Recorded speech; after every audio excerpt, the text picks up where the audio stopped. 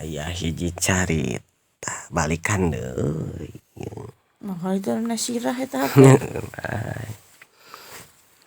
Hiji carita Berarti kan sorana. ngaranna Teh Udin. Kiai Udin. Berarti kan sorana saya. Bae atuh. Bukan keduaan ngobrol lagi. Bae atuh. Ki Udin teh boga pasantren badag pasantren teh. Ribu-ribu. Terus Kiai Udin teh buka murid pohara lobana. Nah hiji waktu ngarenung lah Kiai Udin teh. Nah orang teh ilmu teh sakieu moal namahan. Nah padahal dina keterangan neangan ilmu mah satungtung hirup urang eureun. Ngadoa lah munajat usul ka Gusti. Usul ka Gusti tengah peuting pas keur jempling. Gusti nu maha welas nu maha asih. Gusti kaula hayang guguru deui. Pangnunjukkeun atuh Gusti ka mana kula kudu guguru. Nah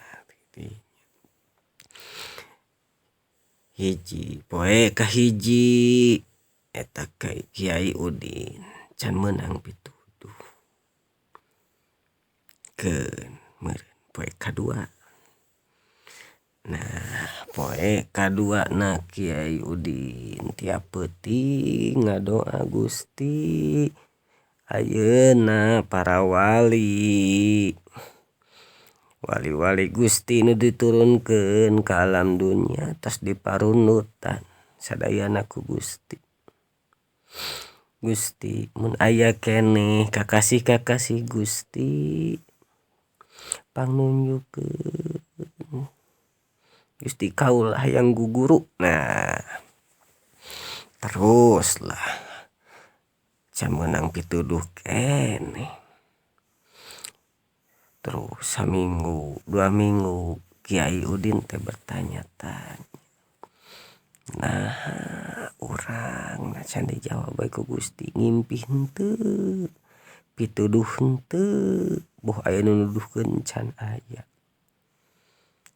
Istighfar lah di dinya Kiai Udin nyuhungkeun dihampura dosa bilih aya nu ngahalangan anjeunna ucapan ngadoa ka Gusti teh.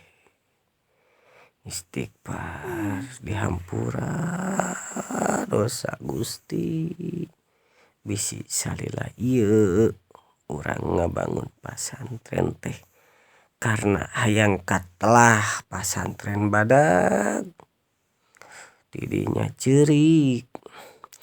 Hayang katelah santrina loba didinya ceurik eta Kiai Udin Gusti hampura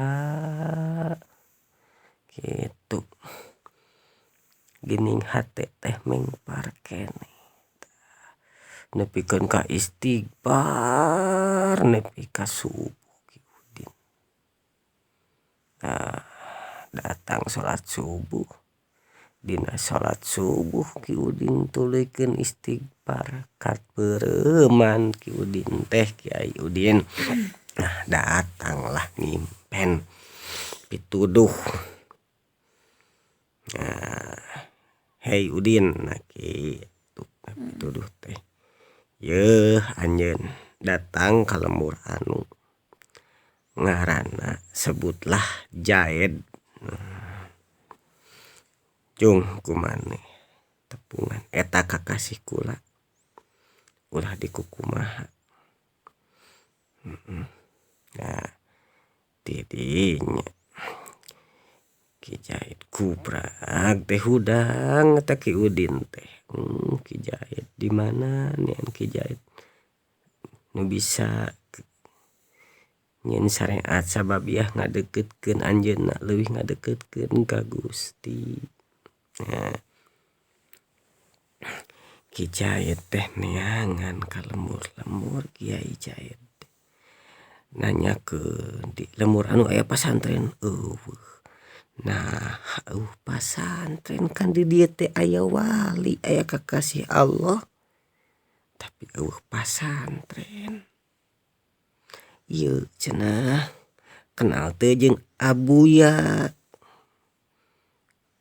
Kiai Haji Jahit teu wawuheun jelema teh nanyakeun ka ditu ka dieu eueuh nanyakeun Kiai Haji Jahit eueuh nu apaleun Ustad Jahit eueuh nu apaleun aya hiji budak tadi nyamperkeun aya naon Mang Haji ieu neangan Kiai Haji Jahit cenah cak Kiai Udin teh.